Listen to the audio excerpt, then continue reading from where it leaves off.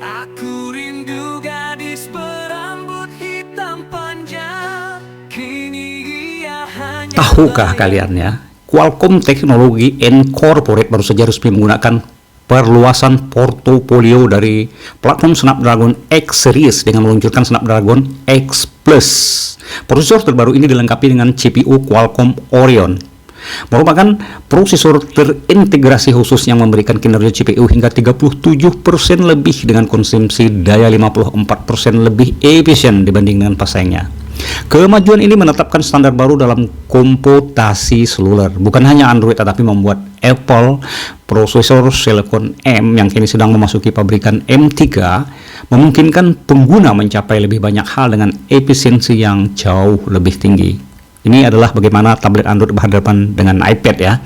Ini kemungkinan jika dipasang ke tablet Android ya akan merubah tablet Android menjadi tablet yang sejati jika dibanding dengan selama ini yang terjadi di mana tablet Android hanyalah sebuah HP bongsor layarnya doang digedein. Perangkat Android memang sampai kini lebih fokus ke smartphone ketimbang membuat tablet. Contoh ya, ini ada brand besar seperti Samsung ya, Tab S9. Jika dibanding dengan HP Samsung S24 misalnya, prosesornya sama, yakni Snapdragon 8 generasi kedua. Sistem operasinya juga sama, yakni Android. Walau sudah dimodifikasi dengan sentuhan One UI, tapi masih sangat identik. Malah kalau mau ditimbang-timbang S24 masih unggul ya dalam performa. Ini artinya smartphone masihlah hal yang lebih penting daripada sebuah tablet Android. Padahal Samsung ya, selain brandnya juga sangat besar, ia adalah perusahaan yang paling jago membuat perangkat keras tablet Android. Hal ini tidak bisa diragukan, baik kualitas maupun performa hasil besutan mereka.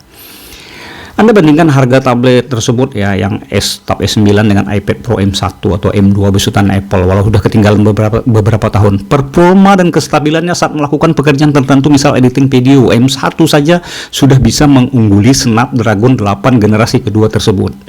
Saya hanya ingin mengatakan bahwa Apple telah memisahkan dua hal dari lini tabletnya. Pertama ya, jika dibanding dengan smartphone iPhone-nya itu, pertama sistem operasi.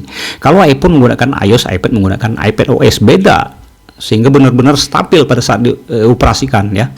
Walau ada nuansa iOS, namun tidak ada pengalaman iPhone di dalamnya. Yang kedua ya, iPad Pro itu tidak menutup kemungkinan kedepannya seluruh lini iPad Pro itu akan menggunakan chipset yang berbeda dengan iPhone, yaitu Silicon model M, alih-alih menggunakan Bionic seperti pada lini iPhone. Ini yang membuat mengapa pengalaman menggunakan iPad itu adalah pengalaman yang berbeda. iPad adalah tablet yang sejati, sedangkan tablet Android itu hanya gimmick ya dari sebuah HP bongsor atau smartphone yang layarnya saja yang digedein. Itu kalau tablet Android. Smartphone layar gede, smartphone bongsor. Dan kata lain, iPad itu ya iPad, jelas banget. Sedangkan tablet dan HP Android itu nyaris identik, sehingga layarnya doang digedein, titik. iPad kedepannya memiliki rencana nih, apalagi ya, kalau rumor itu benar, akan memiliki desain dan performa yang ditingkatkan, yang benar-benar akan dapat menggantikan laptop sepenuhnya. Wah, ini gawat ini. Nah, dengan telah hadirnya chipset seri Snapdragon X untuk Android yang masih tidak meninggalkan keandalan mobile dan telah menambahkan fitur AI, apakah kemungkinan pemeriksaan tablet Android akan mengadopsinya sebagai chipset tablet? Nah, ini masih perlu dipertanyakan ini. Jika menurut harapan saya ya, tablet Android juga harus menggunakan sistem operasi yang berbeda. Saya juga sudah lama mendengar Android sebenarnya sudah punya Android L untuk tablet ya, namun belum banyak tablet Android yang menggunakannya. Kemungkinan karena tersandung oleh problem kompatibilitas aplikasi Android yang lebih kompatibel untuk layar-layar kecil doang seperti smartphone. Ini adalah tantangan para developer ke depannya atau pengembang aplikasi untuk melakukan update aplikasi besutan mereka agar bisa lebih kompatibel dengan layar tablet yang lebih besar, sehingga sistem Android L bisa mengadopsinya, bisa dipergunakan secara luas ya. Ini harapan saya ya ke depannya, karena ya Android itu kan keren sebenarnya. Oke, terima kasih, semoga informasi ini bermanfaat.